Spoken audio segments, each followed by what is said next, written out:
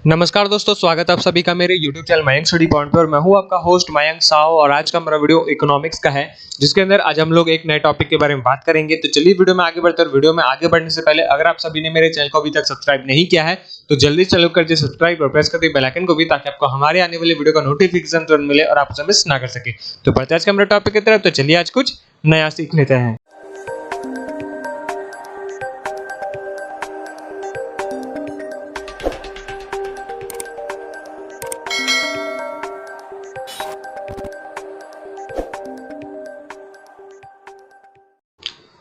तो दोस्तों आज हम लोग बात करते हैं हमारे नए टॉपिक के ऊपर। तो हमारा टॉपिक है concept of product cost. Product के बारे में आज हम लोग बात करेंगे। दोस्तों इसके पहले से तो हम लोग प्रोडक्ट के बारे में बात कर ही चुके हैं। अगर आप लोगों ने उस वीडियो को नहीं देखा तो वीडियो का नीचे लिंक होगा, उसमें आप जाके देखिए उस वीडियो को, उसके बाद इस वीडियो को देखिए, ताकि आपका कॉन्सेप्ट जो है वो अच्छे से क्लियर हो जाए। मेरा वीडियो बनाने का बस एक ही मकसद है, ताकि आपका कॉन्सेप्ट जो अच्छे से क्लियर हो और आप एग्जाम में अच्छे मार्क्स को कवर करें। तो अब शुरू करते हैं। तो यहाँ पे दोस्तों प्रोडक्ट के जो है यहाँ पे हम लोगों ने तीन पार्ट्स किए हैं, तीन टाइप्स किए हैं, टोटल, एवरेज और मार्जिनल, या फिर टोटल, मार्जिनल और एवरेज कह सकते हैं। अब दोस्तों जैसे कि नाम से ही पता चल रहा है, टोटल टोटल यानी कि आप कुछ मैन्युफैक्चर कर रहे हो, सर्विस हो या फिर कोई सामान हो, गुड्स हो, वो मैन्युफैक्चर कर रहे हो। तो आप एक दिन में कितना मैन्युफैक्चरिंग कर रहे हो, कितना यूनिट का मैन्युफैक्चरिंग कर रहे हो, वो हो जाता है टोटल। फिर एवरेज या फिर मार्जिनल, मार्जिनल को समझते हैं। मार्जिनल वहां पे वो चीज बताया जाता है जैसे कि आपने टोटल, आपका एक यूनिट है कि आपको इतना यूनिट करना है, 500 यूनिट आपको करना है पर डे। अब वहां पे मार्जिनल क्या हो जाएगा कि उसमें आप एडिशन कुछ जोड़ दे रहे हो। आपको एक नया प्रोजेक्ट मिल गया जहां पे आप अपना 500 यूनिट तो बना ही रहे हो, लेकिन साथ में उसमें एक्स्ट्रा 100 यूनिट और जोड़ रहे हो, 100 यूनिट का प्रोडक्शन और कर रहे हो, तो वो हो जाता है मार्जिनल। एवरेज क्या होता है कि आप जितने लेबर लगा रहे हो उन 500 यूनिट को कवर करने में, और उन 500 यूनिट को कवर करने में यानी कि मान लेते हैं कि अगर एक यूनिट बनाने में उनको कितने लेबर का जरूरत पड़ रहा है, फिर 100 यूनिट बनाने के लिए उनको कितने लेबर का जरूरत पड़ रहा है, वो हम लोग एवरेज कहते हैं कि उसका एवरेज कितना निकल रहा है, कि एक लेबर कितना अपना हर दिन कितना प्रोडक्शन कर रहा है। ये होता है इन तीनों का मतलब कि टोटल, एवरेज और मार्जिनल। ये तो आपको आसान भाषा में समझ में आ गया, लेकिन अब हम लोग इसको थोड़ा सा बुकिश लैंग्वेज में समझते हैं। इकोनॉमिक्स में दोस्तों आपको अपने तरीके से लिखना तो है, लेकिन कुछ कुछ आपको पॉइंट्स जो अपने बुक के थ्रू ही लिखना है, बुक के थ्रू ही समझना है। तो वो कॉन्सेप्ट को समझने के लिए मैं आपको ये थोड़ा सा थ्योरी समझा देता हूँ, वरना ये सबसे ईजी सा चैप्टर है, आपको बहुत अच्छे से समझ में आ जाएगा।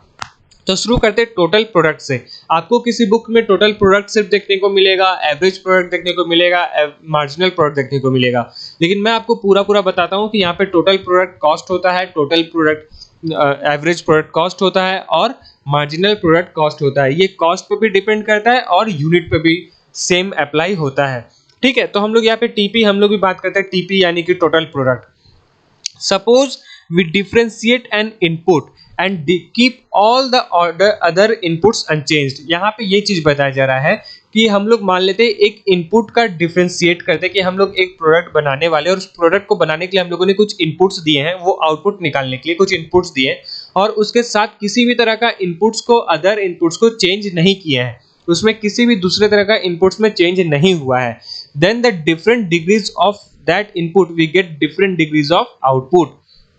और अगर हम लोग डिफरेंट डिग्रीज ऑफ इनपुट डालते हैं, यानी कि हम लोगों ने जो हम लोगों ने डिफरेंशिएट किया था कि हम लोगों ने हम लोग को हर दिन 500 यूनिट का प्रोडक्शन करना है, अगर उसमें से हम लोगों ने कुछ चेंज कर दिया कि 500 यूनिट के लिए लेबर और रॉ मटेरियल्स जो लगते हैं उसमें मैंने कुछ चेंजेस कर दिया, कम कर दिया या बढ़ा दिया, तो हमारा पर यूनिट आउटपुट भी जो होगा वो बढ़ जाएगा। तो वो भी हम लोग का टोटल प्रोडक्ट और टोटल यूनिट ऑफ प्रोडक्ट में आ जाएगा। उसको भी हम लोग टोटल प्रोडक्ट ही कहेंगे, क्योंकि हम लोगों ने जितना रॉ मटेरियल्स और जितना लेबर दिया उन्होंने उतना ही आउटपुट बना कर दिया।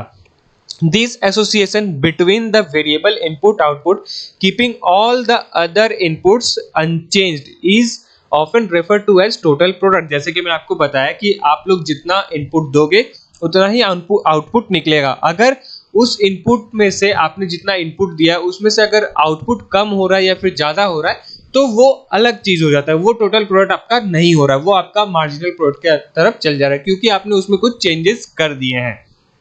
ठीक है, this is also sometimes termed as the total return और total physical product of the variable input. जैसे कि वेरिएबल आपको बताया था मैंने, वेरिएबल प्रोडक्ट क्या होता है, टोटल प्रोडक्ट क्या होता है, या फिर फिक्स्ड प्रोडक्ट क्या होता है।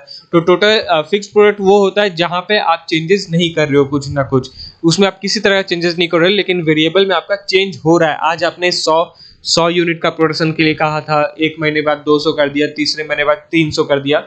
ये it will be helpful to elucidate the concept of average product. यहाँ पे ये बहुत हेल्पफुल होता है कि आप उनको कैलकुलेट करो, उनके कॉन्सेप्ट्स को, जो एवरेज प्रोडक्ट्स के कॉन्सेप्ट्स होते हैं और साथ में मार्जिनल प्रोडक्ट के जो कॉन्सेप्ट्स हैं उनको ये कैलकुलेट करने में बहुत ज़्यादा हेल्पफुल होता है। To total product they are useful in order to explain the contribution of the variable inputs to the production procedure.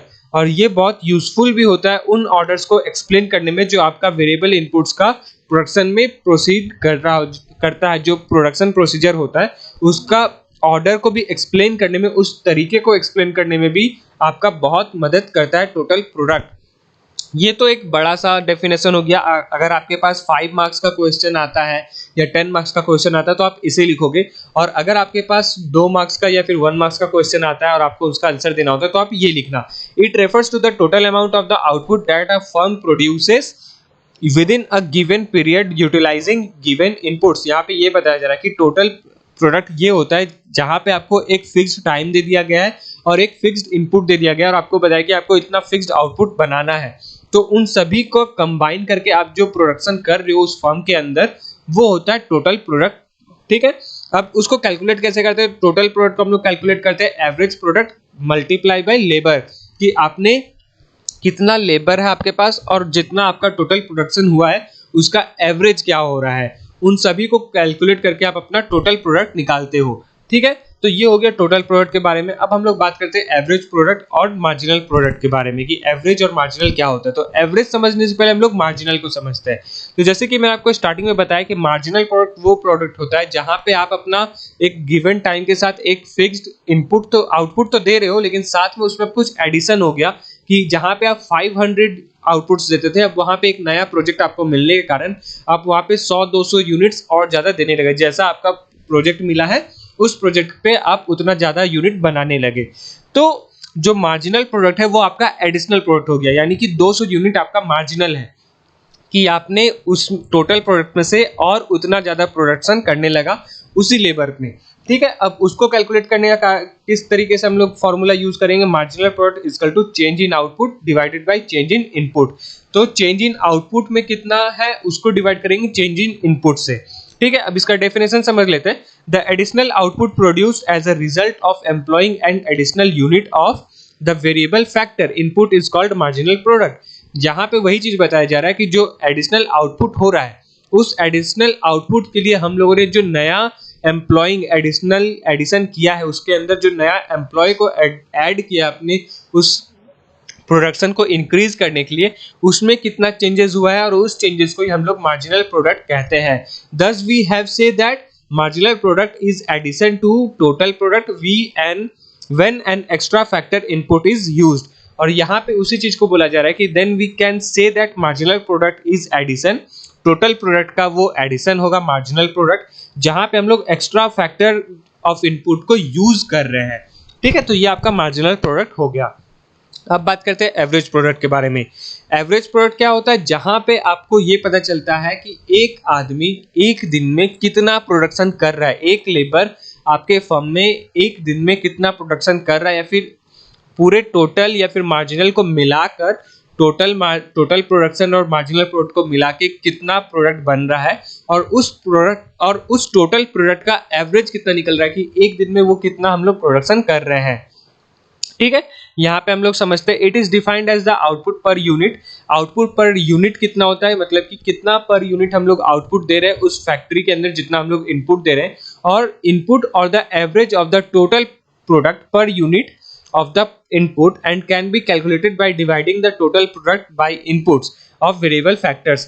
और ये देखा जाता है कि जो हम लोग का फिक्स्ड यूनिट था वो तो है, लेकिन उसके साथ जो एडिशनल हुआ है उसको एवरेज निकाल के उसका वेरिएबल में कितना चेंजेस आया है और उसमें डिवाइड करके हम लोग एवरेज प्रोडक्ट निकालते हैं। तो यहाँ पे उसका फॉर्मूला भी दिया हुआ है, total product divided by unit of variable factor input. तो ये आपका एवरेज प्रोडक्ट का फॉर्मूला है। अब हम लोग इसका बात करते हैं, इसके बीच का रिलेशनशिप क्या होता है, relationship between marginal product and cost, marginal product and total product. अब इसका रिलेशनशिप को हम लोग समझते हैं, तो सबसे पहले हम लोग ये समझ लेते हैं इसका definition. The law of variable production is used to explain the relationship between, यहाँ पे ये बताया जा रहा है कि the law of variable proportion, जो लॉ ऑफ वेरिएबल प्रोपोर्शन है वो उसका यूज किस तरीके से होता है रिलेशनशिप बताने के लिए टोटल प्रोडक्ट और मार्जिनल प्रोडक्ट में, उसे हम लोग किस तरह से एक्सप्लेन करेंगे। It states that when only one variable factor input is allowed to increase all the other inputs that are kept constant। यहाँ पे ये चीज बताया जा रहा है कि it states that when only one variable, यानी कि सिर्फ एक वेरिएबल फैक्टर जो इनपुट है उसका वो कितना अलाउ होता है इंक्रीज करने में, और उनका कितना सारा इनपुट अदर इनपुट्स जो है वो कंस्टेंट रहता है, सेम रहता है। The following can be observe. तो यहाँ पे ये चीज बताया जा रहा है कि हम लोग उसे किस तरीके से एक्सप्लेन करेंगे इन दो पॉइंट्स में, और आपको बुक्स में और भी हो सकता है अलग अलग पॉइंट्स देखने को मिले, तो वो इन्हीं पॉइंट्स में से निकालकर बनाया हुआ पॉइंट्स होगा। तो इन दोनों पॉइंट्स से हम लोग समझते हैं, when the marginal product increases the total product is also increases. जब मार्जिनल प्रोडक्ट इंक्रीज होता है तो आपका टोटल प्रोडक्ट भी इंक्रीज होगा। क्यों? क्योंकि वो एडिशन को भी तो आप ऐड करोगे, ठीक है। This gives the total product curve a convex shape in the beginning as variable factor inputs increases। और यही चीज आपको टोटल प्रोडक्ट के कर्व में चेंजेस लाएगा। जो कन्वेक्स शेप होगा वो इसी कारण से बनेगा, क्योंकि आपका मार्जिनल प्रोडक्ट भी इंक्रीज हो रहा है और आपका साथ में टोटल प्रोडक्ट भी इंक्रीज हो रहा है। अगर आप ग्राफ देखोगे तो ग्राफ में भी आपको दोनों इंक्रीज दिखेगा। अगर मान लेते हैं ये ग्राफ है तो ग्राफ में आपको एवरेज प्रोडक्ट भी, टोटल प्रोडक्ट भी इंक्रीज दिखेगा और मार्जिनल प्रोडक्ट भी इंक्रीज दिखेगा, ठीक है। इसे हम लोग ग्राफ को भी हम लोग आगे आने वाले वीडियो में समझेंगे। This continues to the point where the MP curve reaches its maximum. और ये बताता है कि ये तब तक कंटिन्यू रहेगा जब तक एमपी जो है यानी कि मार्जिनल प्रोडक्ट जो है वो अपने मैक्सिमम तक रीच ना कर सके। जब तक वो मैक्सिमम तक रीच नहीं करेगा तब तक वो इंक्रीज होता रहेगा।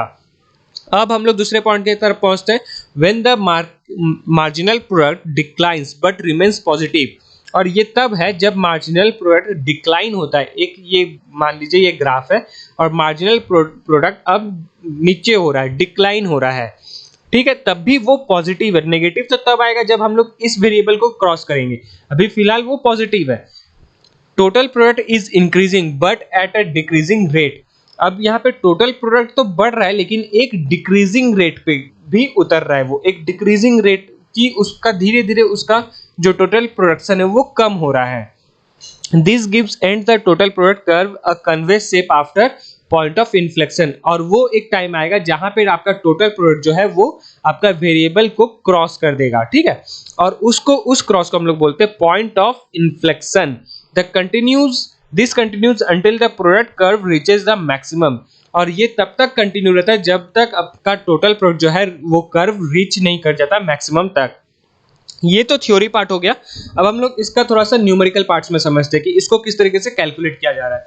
तो आपके सामने है एक फिक्स्ड फैक्टर, एक है वेरिएबल फैक्टर, एक है टोटल फैक्टर और एक है मार्जिनल प्रोडक्ट, टोटल प्रोडक्ट और मार्जिनल प्रोडक्ट।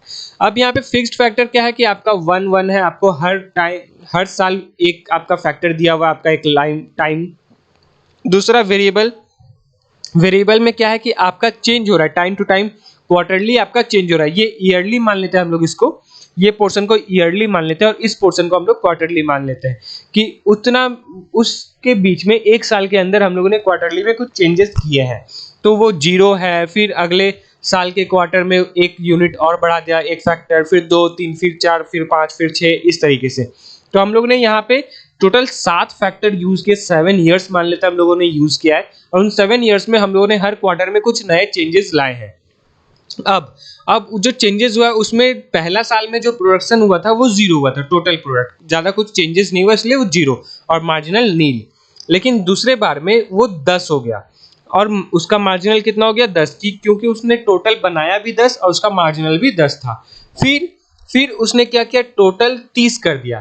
30 प्रोडक्ट उसने बनाया, लेकिन अब क्या हुआ कि जो उसका फिक्स था वो 10 यूनिट पर ईयर था, कि उसने पर ईयर 10 यूनिट बनाना था, लेकिन अब उसे जब प्रोजेक्ट मिला मार्जिनल में तो उसका 20 हो गया, यानी कि 20 यूनिट एक्स्ट्रा हो गया। एक साल में वो 20 यूनिट एक्स्ट्रा बना रहा है, तो अब उसका टोटल प्रोडक्ट कितना हो गया यूनिट, 30 हो गया। सेम इसी तरीके से हम लोग आगे इंक्रीज कर रहे हैं, ठीक इसी तरीके से हम लोग इंक्रीज कर रहे हैं, यहाँ पे धीरे धीरे ये इंक्रीज हो गया। लेकिन मार्जिनल प्रोडक्ट जब एक मैक्सिमम लिमिट पे पहुंचा, यानी कि जहां पे हम लोगों ने इसे ऐड किया, मान लीजिए ये 10 को 20 से ऐड किया तो 30 आ गया, फिर 30 और 15 को ऐड किया तो 45 आ गया, और 15 को 7 से ऐड किया, यानी कि आपका मार्जिनल प्रोडक्ट जो है वो धीरे धीरे कम हो रहा है। तो आपका टोटल प्रोडक्ट तो बढ़ रहा है, लेकिन उसका मार्जिनल प्रोडक्ट जो है वो गिर रहा है, धीरे धीरे प्रोडक्शन गिर रहा है।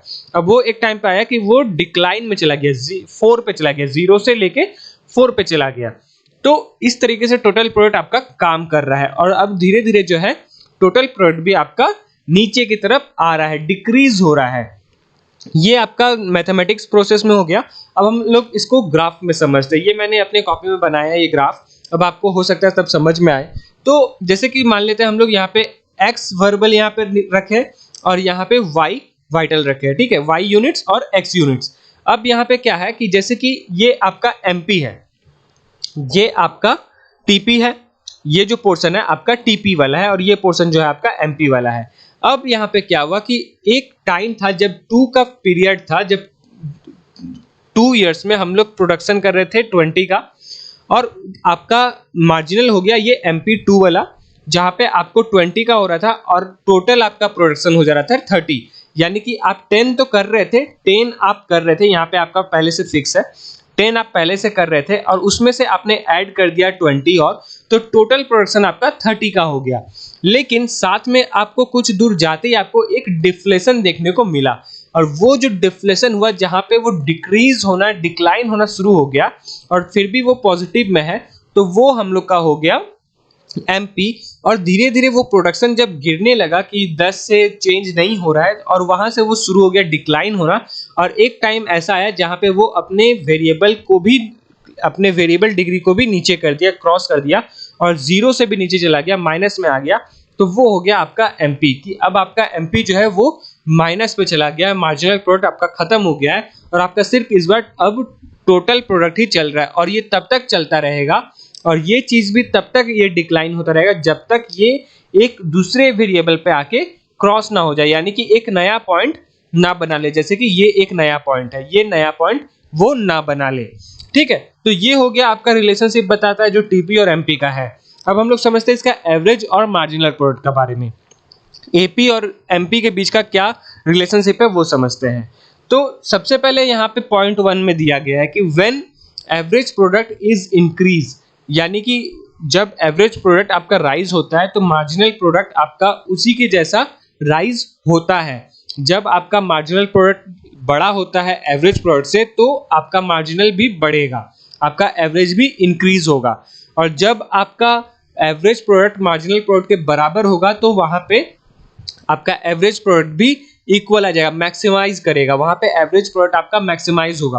और जहां पे AP बड़ा हो जाएगा, MP छोटा हो जाएगा, यानी कि एवरेज प्रोडक्ट बड़ा हो जाएगा, मार्जिनल प्रोडक्ट छोटा हो जाएगा, वहां पे आपका मार्जिनल प्रोडक्ट जो है वो डिक्लाइन हो जाएगा, 0 हो जाएगा, ठीक है। यहाँ पे यही चीज बताया गया, when average product is rising marginal lies above average product, when average product is declining marginal product lies below average product. At maximum of average product, marginal and average product equal each other.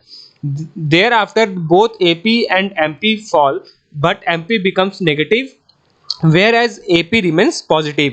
ये आपको theory में तो कुछ समझ में नहीं आएगा कि क्या सर बोल रहे हैं, समझ में नहीं आ रहा है, यहाँ बुक में भी वही चीज लिखा है, तो मैं यहाँ पे आपको एक ही बार में आपको डायग्राम की तरफ लेकर जाता हूँ। यहाँ पे आपको मैं एक चार्ट दिखा रहा हूँ जहाँ पे कैलकुलेट किया गया है न्यूमेरिक वर्ड्स में। आपका ये पे फिक्स्ड फैक्टर है, ये फिक्स्ड फैक्टर है आपका, ये आपका वेरिएबल फैक्टर है, ये आपका एवरेज प्रोडक्ट फैक्टर है कि आपने कितना एवरेज निकाल रहा है, कितना प्रोडक्शन कर रहे हैं आप लोग एक दिन में या फिर एक साल में, जो भी आपका टाइम लिमिट है। और आपका यहाँ पे मार्जिनल है कि मार्जिनल आप कितना कर रहे हो, ये माइनस में है या फिर प्लस में है, और टोटल कितना हो रहा है, टोटल प्रोडक्शन कितना हो रहा है, ठीक है, ये हो रहा है। अब जैसे कि मान लेते हैं यहाँ पे पहला साल का था 10 1, तो यहाँ पे किसी भी तरह का एवरेज और किसी तरह का मार्जिनल निकला और किसी तरह का टोटल प्रोडक्ट भी नहीं निकला। लेकिन अगले बार में आपका एवरेज निकला, मार्जिनल भी निकला और टोटल तो निकलेगा ही कि आपने 10 का टोटल प्रोडक्शन किया है, तो आपका मार्जिनल प्रोडक्ट भी 10 हो गया और आपका एवरेज भी 10 होगा कि आप साल में 10 प्रोडक्ट बनाते हो। फिर नेक्स्ट हुआ कि आपका 30 टोटल प्रोडक्शन 30 हो गया। क्यों? क्योंकि मार्जिनल पहले 10 था और 10 इंक्रीज हो गया। अब उसका एवरेज जब निकाला 10 इंटू 20 30 का जब एवरेज निकाला तो वो 15 हो गया। फिर उसी तरीके से 15 का 45 हो गया, फिर 52 हो गया और धीरे धीरे आपको देखने को मिलेगा कि आपका मार्जिनल प्रोडक्ट जो है वो घट रहा है। मार्जिनल प्रोडक्ट जो है वो आपका डिक्लाइन की तरफ आ रहा है और आपका एवरेज भी जो है वो भी डिक्लाइन की तरफ आना शुरू हो गया, फॉल करना शुरू हो गया। लेकिन आपका जो टोटल प्रोडक्ट है वो इंक्रीज होना शुरू हो गया। तो ये आपका कैलकुलेशन में है। अब हम लोग इसका ग्राफ में समझते हैं। तो मान लीजिए यहाँ पे जैसे कि MP है ये वाला और ये वाला है AP और नीचे X फैक्टर है और ऊपर Y फैक्टर है, Y यूनिट और X यूनिट। अब यहाँ पे हम लोग देख रहे हैं कि जो हम लोग का AP है वो एक यूनिट से स्टार्ट किया, 10 के यूनिट से स्टार्ट कर रहा था। जब आपका X फैक्टर 2 था तो वो प्रोडक्शन भी 15 के लगभग का कर रहा था, यानी कि यहाँ पे है देखिए 15 का लगभग का कर रहा था। और जब वो मार्जिनल के तरफ पहुंचा, एडिशन हो गया उसका, तो वो 20 का तरफ हो गया। और जब ये 20 और 15 आया तो ये एक नया फैक्टर बना है जहां पे आपका जो MP है मार्जिनल प्रोडक्ट के कारण टोटल प्रोडक्ट आपका इंक्रीज हो रहा है आपका टोटल प्रोडक्ट और आपका एवरेज प्रोडक्ट भी आप इंक्रीज कर रहा है। लेकिन एक ऐसा टाइम आया जहां पे आपका मार्जिनल प्रोडक्ट जो है डिक्रीज होना स्टार्ट कर गया। अब जैसे ही मार्जिनल प्रोडक्ट आपका डिक्रीज होना स्टार्ट हुआ वैसे ही धीरे धीरे आपका एवरेज भी फॉल होना शुरू हो गया। लेकिन एवरेज जो है आपका वो पॉजिटिव की तरफ रह चुका था, वो आपका माइनस पे नहीं जाएगा। एवरेज जो है वो माइनस कभी नहीं होगा क्योंकि आपका टोटल प्रोडक्शन तो हो ही रहा है। तो आप एवरेज निकाल रहे हो तो आपका टोटल प्रोडक्शन और एवरेज प्रोडक्शन हमेशा इक्वल रहेगा, पॉजिटिव रहेगा। लेकिन आपका मार्जिनल जो है वो नेगेटिव हो जाएगा। और उसी को हम लोग बोल रहे हैं यहाँ पे कि इनका वेरिएबल तब खराब होता है जब आपका एवरेज बढ़ जाता है और मार्जिनल प्रोडक्ट जो है आपका घट जाता है। ठीक है, तो ये इसी तरह के वेरिएबल्स फैक्टर पे काम करता है। इसी तरीके से यूनिट हम लोग कैलकुलेट करते हैं और उसे एक्सप्लेन करते हैं। तो दोस्तों आज के लिए बस इतना ही। उम्मीद करता हूं कि आप सभी को मेरा वीडियो पसंद आया होगा। तो जाते जाते वीडियो को लाइक करें और अगर आप चैनल पे न्यू है तो चैनल को प्लीज सब्सक्राइब करें और प्रेस करें बेल आइकन को भी, ताकि आपको हमारे आने वाले वीडियो का नोटिफिकेशन तुरंत मिले और आप उसे मिस ना कर सके। तो मिलते हैं हमारे अगले वीडियो पे, तब तक के लिए जुड़े रहे माइंड स्टडी पॉइंट के साथ। वीडियो को पूरा देखने का आपका बहुत बहुत धन्यवाद।